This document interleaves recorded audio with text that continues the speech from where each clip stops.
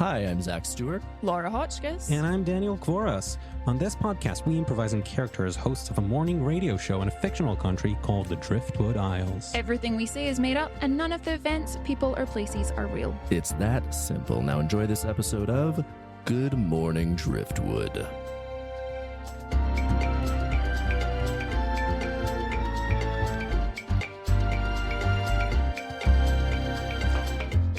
And we are back. Thank you for listening to the first of a 7-part series of 7-minute history bites today on Driftwood's History Day. We love it. Every year we take time to just dig right in to everything that's ever happened on the Isle and maybe everything that ever will happen on the Isle. Ooh. I'm Penelope, and joining me are Dirk Heyo. and Bench. History.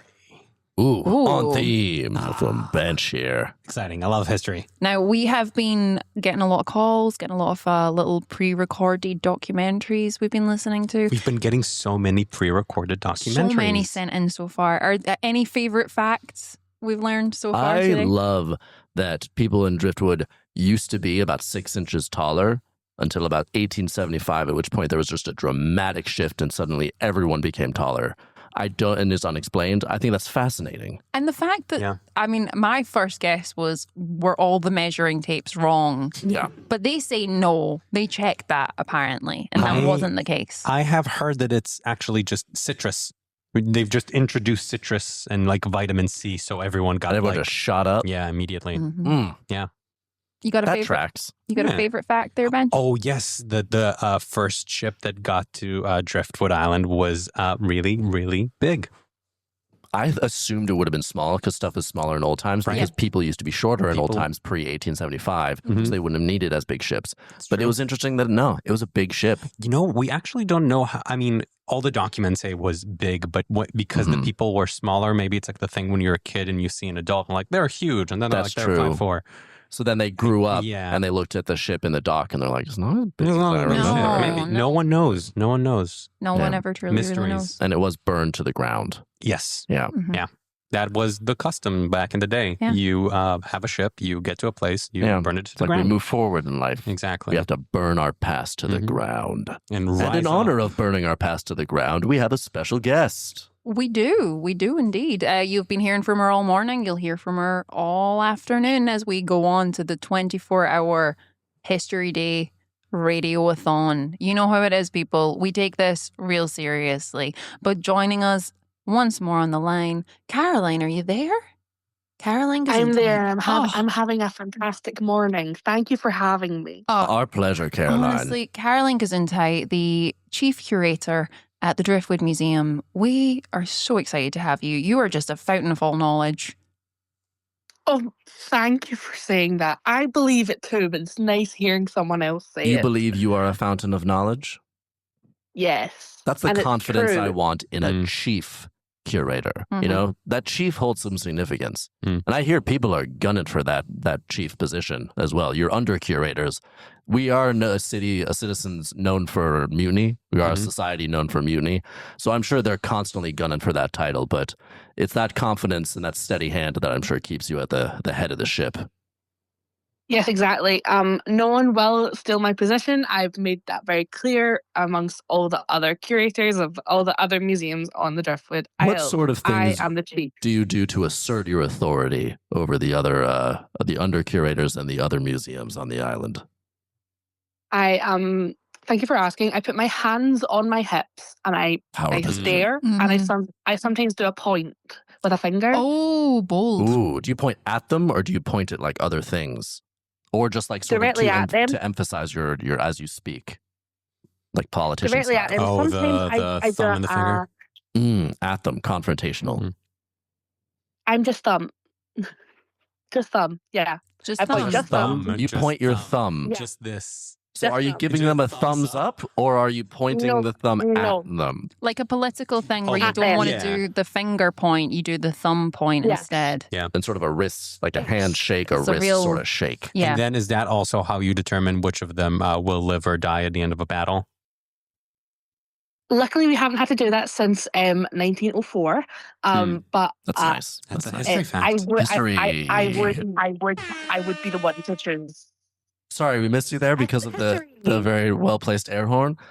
What was that last thing you said there, Caroline? I would be the one that got to choose. So you would have been. Do you think you missed out on a bygone era by the fact that you have not been able to exercise your authority in that way? I don't feel like I missed out because history is ever moving forward. Oh. The later we get in life, the more history that is behind us. So you get to reign over a greater history than any of your predecessors. Reign. Yeah. Yes, I have more history to dig from. No. So that makes me the biggest chief.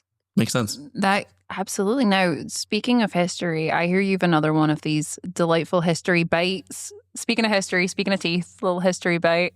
History bite. For us today. Yes.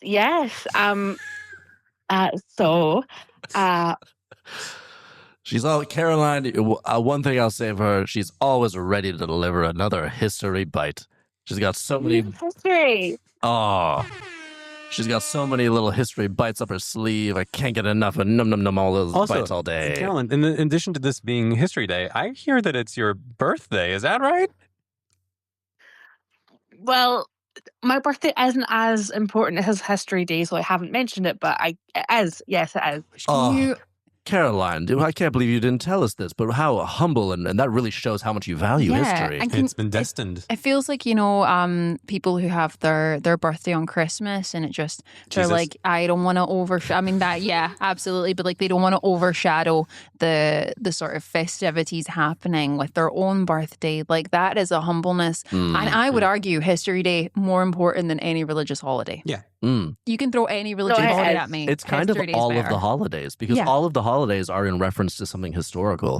So History Day really just clicking my finger again. Which kind of makes you like God. People. Sorry, what did you say? I'm so happy to be around like-minded people. There you go. You guys understand that History Day is the most important day. Yeah, and in that framework, you are basically God. I wouldn't say that, but if you want to say that, that's okay. Okay. But history speaking, I'm Caroline Gesundheit. Sure. But you could be Caroline Gesundheit / the Lord Caroline Gesundheit. I'm so one moment, Caroline. 1 moment. Dirk. You please don't make another day out of a caller. Like, you can't. I really like raising people up. There's no room in the pantheon. Pantheon. There's no room in the Pantheon. There's too many gods. We could commission another bust. Oh, no. The bust budget is bust, okay? The bust budget's bust. Okay, I just want to take a moment to give you some credit for that, for that wordplay. Thank you. Benny, good job. Thank you. Caroline, you'd like a bust of yourself to be made out of marble and put in our hallway Caroline, for all time, wouldn't you? Caroline, you don't have to go along with this, honestly. Our Hall of Lords. Well, I have a bust of myself in my own museum, so I don't think a second one is necessary. I'm sorry. So you are the curator of the Driftwood Museum, Historical Museum. You have your own museum as well. Well, I refer to the Driftwood Museum as my museum because I'm there like 24/7. I see. Yeah. You could. I feel like you should have your own wing of the museum, just like to yourself. Just like, hey, this is the curator. This is the museum of her life. One day, when I die. One second, Caroline. 1 second. Dirk, you are just in a different way, just trying to make her like become some sort of god or lord, like a museum. You're building a palace. You have so many altars in your house. She knows so much, and I'm looking for guidance here. I feel like maybe she could be the answer. No one in the past was. None of the previous lords worked out. Yeah. No, I get it. There are some restraining orders. Caroline is great. I get it. Super fun. Brilliant at a party. Okay. We all love her. Power poses. But like, please, just we gotta get some history facts for the listeners. We cannot raise her to Lord State. We cannot. I'm not gonna write another Bible. Yep. Well, hey, Caroline. Hey, Caroline. Hi. I just checked over some tomes. If I do become god, I have to give up the chief curator title, and I don't want to do that. No, that makes total sense. You have fought for that. That is such an illustrious position. I get it. Yeah. So I think I'll stay as I am. If that's okay. No, absolutely. This is not a call today to get you to agree to, I don't know, have a Bible written about you or songs. I just feel like every segment we've done today started with Dirk trying to write a Bible about me. So I feel like that's... He does that, though. Don't love a Bible. Yeah. Love a good Bible. Yeah. But hey, you said that you had a couple more history bites for us. Nom, nom, nom. Yep. Nom, nom, nom, nom, nom. Let's get a little history bite out of Caroline, Chief Curator at the Driftwood Museum. History! So... That's really scary. I'm so sorry, Caroline. Every time I go, it's just Dirk has got the button, and Dirk loves the button. She is. I guess she's a woman of learnedness and history and books. So she's a quieter soul, and the air horn might be a little much. I apologize. Reminds me of the cannons on the first ever ship that got. Well, then I would think you would like it. Almost exactly like that. Anyway, history. I restrained myself that time. Go on. Thank you. So, pre-Dublin, there was a currency that was floating around for a while. It was called the Driftic Yarb. And the Driftic Yarb, there were 100 coins going from 1 to 100. I have collected 99 of those coins. Oh, gotta catch them all. Yeah. Yes, but as we all know, all of the 13 coins were collected and chucked off the islands as they were seemed to be unlucky. But something we have found recently, this is a scoop. This is a really exciting scoop. You can air for now, if you'd like. History scoop. I prepared myself for that one, so that was okay. Well done, Caroline. You learn from the past. Thank you. I do. And we all learn from the past. Anyway, history. A 13 Driftic Yarb coin has floated onto a beach. Yes. A beach? It floated onto a beach. A beach? Yeah. No specific beach? No one has been... it's on the Driftic Isles, but none of us have been allowed to know where it is because we will all scramble to it. We heard it's currently under police investigation because, as we all know, they are extremely unlucky. And so no one wants to touch it? No, everyone's too scared to touch it, yes. But it would complete my collection. So that's sort of where I am. Oh, so it's almost... I don't know if I should... I was going to make a suggestion. It's almost as if you need someone, I don't know, like a follower, like someone who believes in the cause to... Like a prophet. Yeah, to like go and do this, like a... Deliver you from this, these troubles you have, if you will. Assist in some way. Someone who will be like your avatar on that beach. Someone to sacrifice themselves for the greater good of completing Caroline, the collection. I'm not sure what Bench and Penny are talking about. Unrelatedly, if you need that coin, I will get that coin for you, and I would like to know what sort of historical superpowers you will then bestow upon me as your loyal follower. Unrelatedly. What's that, Bench? Nothing. You said the word unrelatedly. Yeah, you guys were rambling on about something, and then I got an idea independently of that. It felt completely independent, that idea. Yeah. Anyway, history. So, if I end up owning that coin, my collection will be complete, but I may be cursed for the rest of eternity. Surely someone of your immense power would be able to reverse such a curse. And if someone devoted to you retrieved that coin for you and gave it to you, presumably you would be very grateful. Am I right? Am I right, Caroline? Dirk, I don't know how to say this. I don't have powers. I just curate things for museums. Caroline, can I just say, a lot of people are saying that knowledge is power. And you're very smart. Good point, Bench. Yeah. I'm glad you agree with me. Also, curating is kind of like deciding. It's the decider. It's the person who says, this is good. We will put this in the museum. This is bad history. We don't need this. So you're kind of making godlike decisions every single day. And while we're on it, can you tell us about a few of those things you've decided were bad history? Yes. Oh, of course. Shells. Shells. All shells Yeah. or specific shells? I forgot who it was, but someone just brought out a bucket full of shells, and I said, "This is bad history." Yeah, no, I get it. Because What can they I really think tell they you? came from a restaurant. You think they came from a restaurant? Yeah, I'm sure they were mussels. Oh, Was- yeah. Those I are thought it was- shells. Those don't count. I thought it was from the Shell Shack.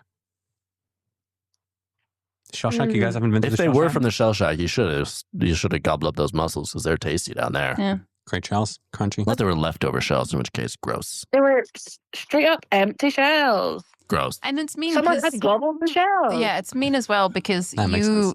you probably would have loved a little bucket of mussels, like a little Yeah. little A tasty bucket treat. of Some people have referred to me as a bucket again, of mussels in the I- past. Who has referred to you, Dirk, as a bucket of mussels in the I past? can't recall specifically, but it definitely Dirk. happened. I swear, if you pull your journal out and start recalling specifically with dates and times I again, feel like you I know will exactly who said be. Yeah, that to you and you when. 100% It know. was Jeremiah Carruthers III. I knew it. Yep. He saw me one day and he said, "Who's this handsome bucket of mussels?" Handsome. And we've been, and I held that back the first time I mentioned the bucket of mussels thing. Humble. So it could, thank you. I appreciate that. And Jeremiah and myself have been hitting the gym ever since. Great gym buddy. That's so sweet. Yes. History. Please continue, Caroline. But yeah, like even if they came with the meat still inside, that would still be bad history. Well, presumably the meat Do you would go bad understand? and you can't put that in an exhibit. That's disgusting. Mummies. Could you mummify They the don't go mussels? bad. Sorry? Yeah, I thought the thing with mummies was that they didn't really go bad Yeah, but because there's of meat the inside them. embalming. Yeah. But there's the meat inside. Yeah, Yeah. but then it doesn't really go bad because of the embalming process. What? Because of which But process? The I wouldn't want to embalm a mussel and, Mhm. and then put it in because what am I going to say? This was embalmed 8 days ago. Also, No one cares. No, I get it. And like, why are you going through that level of effort for something that is literally just the special of the day from the Shell Shack? Like, Yeah. why? So, Yeah. That Exactly. makes sense to Like me. we have a list of people on the Driftwood Isles that will be embalmed once the time comes. Really? Mussels are not on that list. How do we find out who is and isn't on that list? Yeah, and how do we get on that list if we're not on it? Bench is interested. Legally, I'm not allowed to say any names, but I Us? can say, Mhm. I can say, one is related to Dirk. Oh, Oh, Jack. Jack. One is It's got to be related to Jack. me. 100% There's Jack. 100% that's going to be I Jack. can't say names, but the name rhymes with smack. It's Hmm, Jack. It's going to be Jack. It's Jack. I was can't hoping say it would be. names. I was hoping it would be Papa. I was hoping it would be my father, but Yeah, but I mean, if they're only going to do the embalming process for people who have like a historic significance. I to wouldn't the say my brother Isles. is historically significant. He's made a box couple office. bomb He movies, saved- like movies that bombed at the box He office. saved the movie. But yeah, business. I can't say any names, but I can say he's historically significant. It's true. Ooh, If I it don't know if is, that hints anything. it is hinting something, but the thing that it's hinting at is upsetting me, and therefore my brain is rejecting it. I can't imagine that it's the same Jack. It must be. I heard he's doing. Is it true that he's having his like Broadway debut in this fall? I have to assume Broadway has higher standards than that. Oh no! What would he be in? What's he in? What did you hear? It was a. Was it?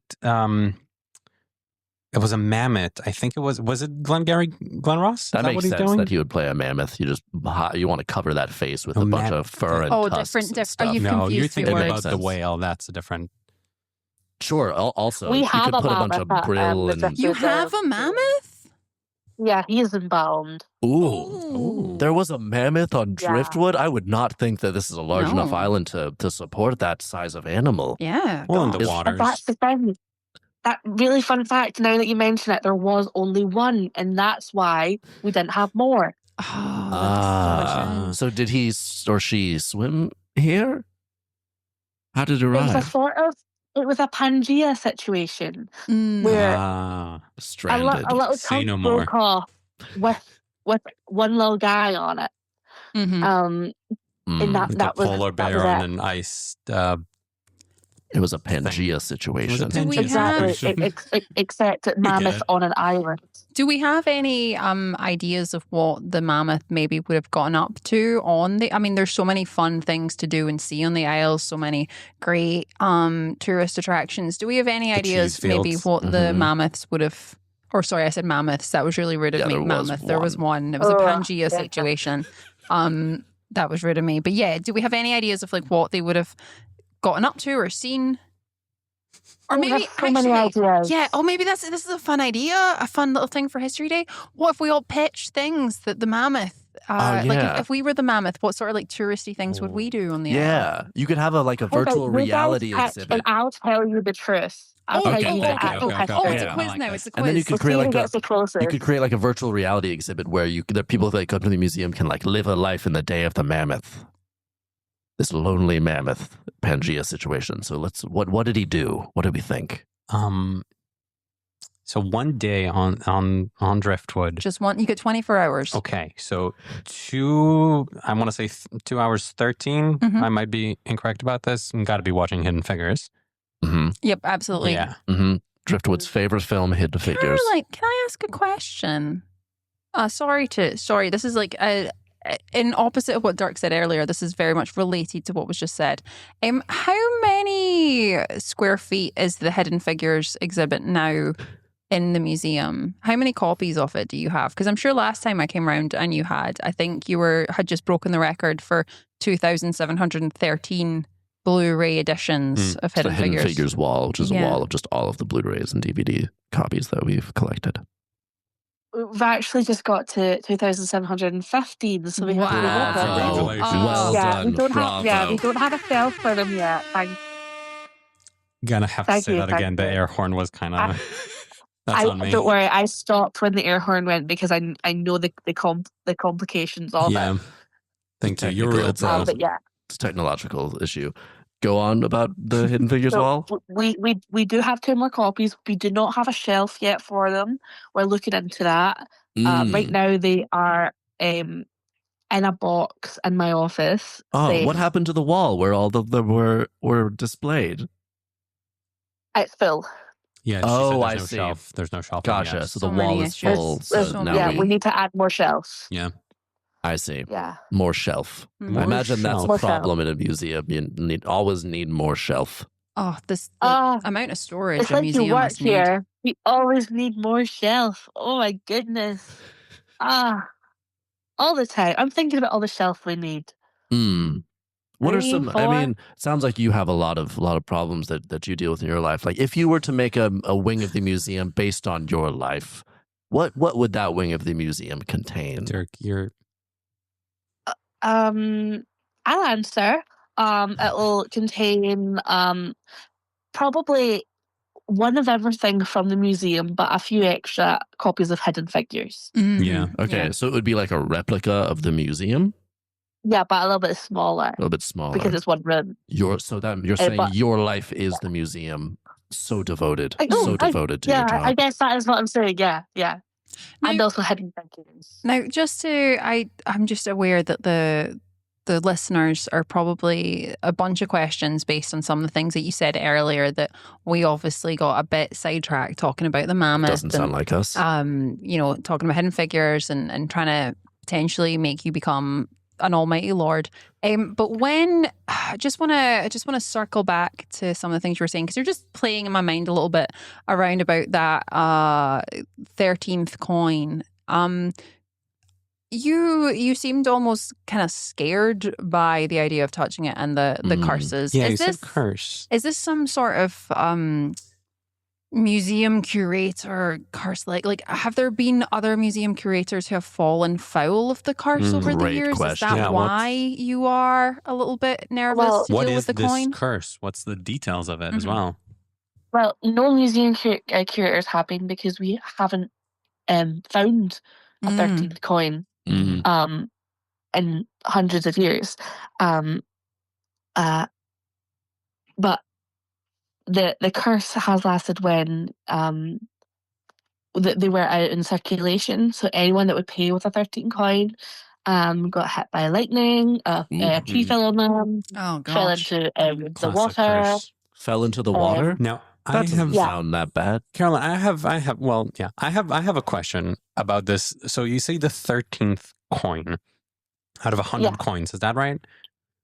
Yeah. So are all the coins the same value and they're just numbered, or are they of different, like, is this coin worth 13 coins of the one? Like, what makes You this mean when they coin were in the operation? Because 13th? I imagine the 13 now, Yeah. just based on like coin collector stats, it would be much more valuable because it's much more rare. Yeah, but but when they were also- all in circulation, you mean like, was there any more? But also, if you already have 99 coins, don't you already have the 13th that you've collected? Like, what makes it 13 in relation to the other one? You know, They're numbered, you say?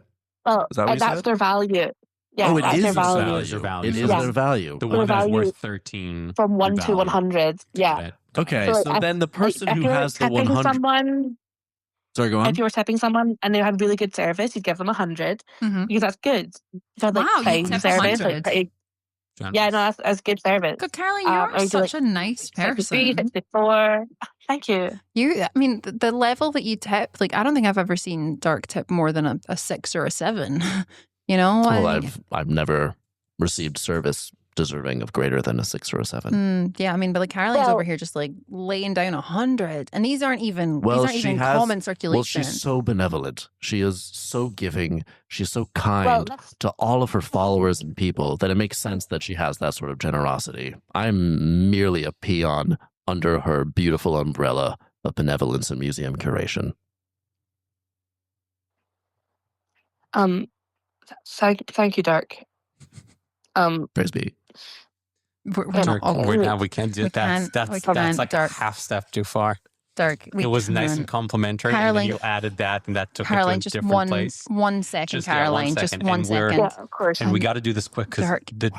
that is quiet on there while What's we up, do this guys? sidebar. Yeah, Dirk. Hey, how's Please. it going? Do you think it's going good with Caroline? I think it's going real Do you good think with she Caroline. likes me? I think she thinks you're great, but like Cool. you're gonna cool it with the religious imagery Yeah. and Come not language. too strong. You are Yeah. doing the thing again when you're literally trying to put someone on a pedestal.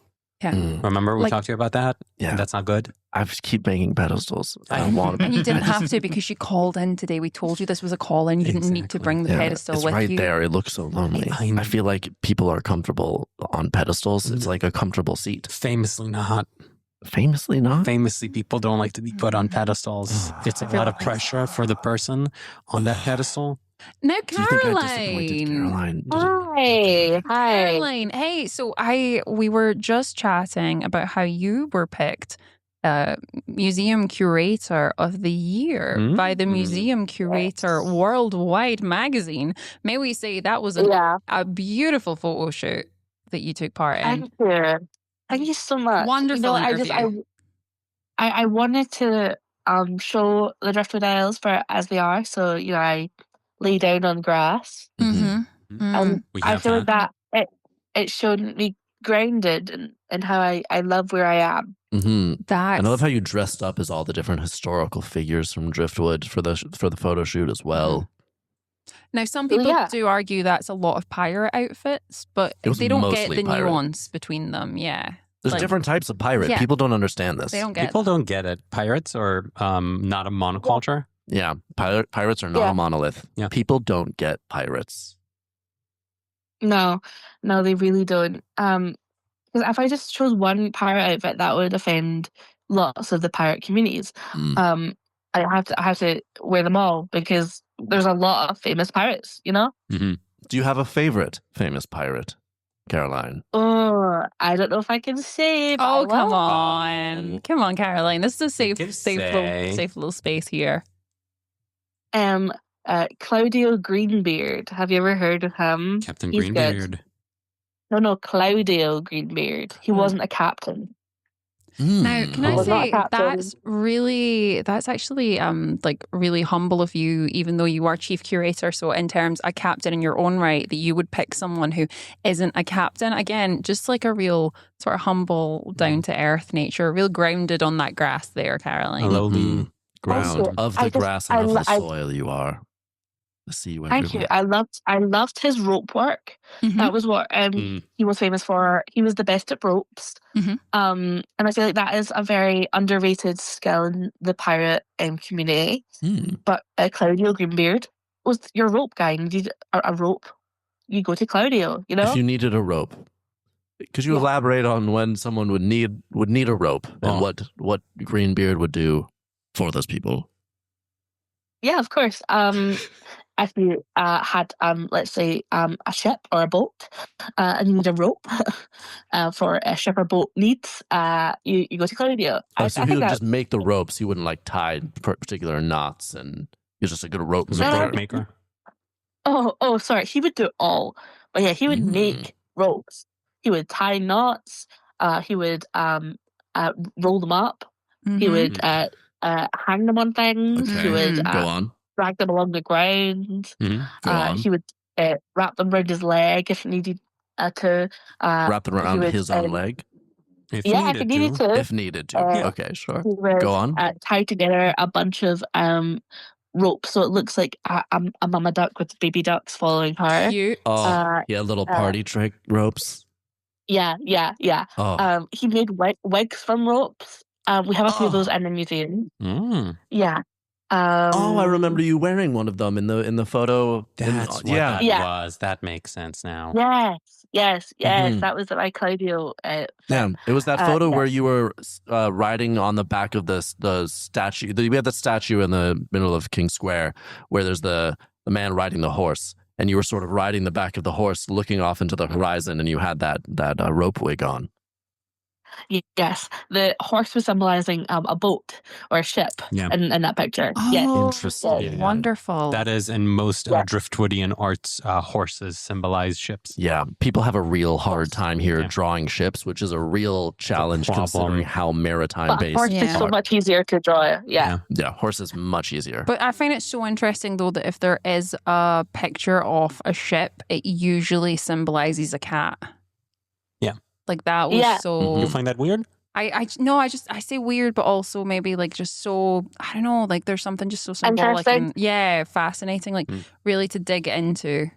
Just all the different, symbolism. You could be here all day. Yeah, there's that famous oil painting of the ship atop the cat, and there's a man on the head of the cat looking out over Driftwood, the Isles. Now, when you say that famous painting, that was in the Sunday cartoons, right? And that was like with the clever caption. Pardon? No, that wasn't that in the Sunday cartoon section with like a clever caption. There was the art section. Yep. Yeah. The art section of the paper. The art section. It's where the drawings and the paintings are. Yes. So I imagine it's the art section. No arguments there. Now, we are going to cut away to another one of our little fun documentary offerings for you today. But don't you worry, listeners. Caroline will be with us all day. And actually, that was a perfect segue. Now, we know Dirk's favorite phrase is unrelatedly, but relatedly to what Dirk just said, Caroline will be talking to us about some of the historic art found on the Isle once we're back. So tuck in, get ready for this documentary, and don't go anywhere because, as always, it's History Day and we're going to be here for 24 more hours. Good Morning Driftwood is executive produced and hosted by Zach Stewart, Laura Hotchkiss, and Daniel Kvoras. Engineered and produced by Zach Stewart. Music by Daniel Kvoras.